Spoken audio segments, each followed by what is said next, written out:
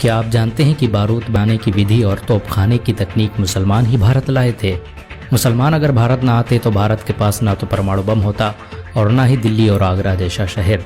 मुसलमानों के बगैर भारत रॉकेट टेक्नोलॉजी से भी महरूम रहता, क्योंकि इसे बनाने वाला टीपू सुल्तान एक मुसलमान था।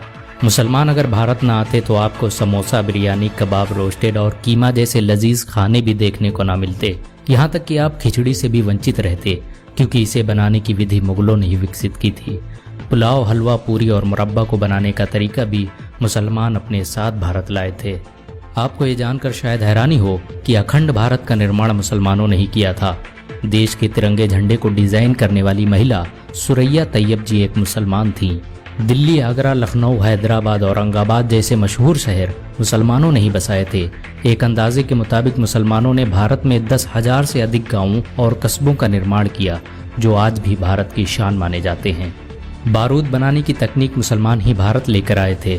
भारत में सबसे पहले तोपखाना का निर्माण और तोप का इस्तेमाल मुगल बादशाह बाबर ने किया था। मुर्शिदाबाद, बीजापुर, तंजौर जैसे शहरों में मुसलमानों ने ही सबसे पहले शस्त्र बनाने के कारखाने स्थापित किए। ये भारत के पहले कारखाने थे जहां पर बंदूकों, तोपों और रॉकेटों का निर्माण किया जाता था। मुसलमानों के आने से पहले भारतीयों को बंदूक बनाने की तकनीक के बारे में कोई अंदाजा नहीं था। अगर मुसलमान भारत न आते तो यहाँ के लोग सदियों तक इस टेक्नोलॉजी से वंचित रह जाते। आपको ये जानकर हैरानी होगी कि खजूर, फूल गोभी, नींबू, धनिया, सेब, संतरा इत्यादि के पेड़ मुसलमान ही भारत लाए थे। मुसलमानों ने ही भारत में सबसे पहले इनकी खेती प्रारंभ की, जो बाद में भारत की प्रमुख फसलें बन गईं। बहुत कम लोग जानते हैं कि साबुन का आविष्कार सबसे पहले मुसलमानों ने ही किया था, और जब तुर्की के मुसलमान भारत में दाखिल हुए तो उनके साथ ये तकनीक भी भारत आ गई और धीरे धीरे साबुन का इस्तेमाल पूरे भारत में होने लगा। मुसलमानों के आने से पहले भारत के लोग रेत का इस्तेमाल करते थे। दुनिया के 7 अजूबों में भारत के ताजमहल का नाम भी आता है, जिसका निर्माण शाहजहां ने करवाया था। अगर मुसलमान भारत न आते तो भारत एक अंतर्राष्ट्रीय पहचान से महरूम हो जाता।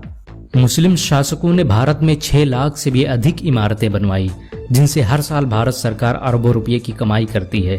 इन सभी जमीनों का लेखा जोखा वक्फ बोर्ड रखता है।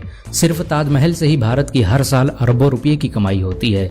मुसलमानों की हुकूमत में भारत सोने की चिड़िया कहलाता था। मुसलमानों के बगैर भारत कभी भी परमाणु संपन्न देश न बन पाता, क्योंकि एक मुसलमान APJ अब्दुल कलाम ने ही भारत का परमाणु बम बनाया था। भारत आज भी मुसलमानों के दिलों में बसता है। मुसलमान इस देश के लिए अपनी जान भी दे सकते हैं। अगर एक मुसलमान होने के नाते आपको गर्व महसूस हुआ हो तो इस वीडियो को लाइक और शेयर ज़रूर करें।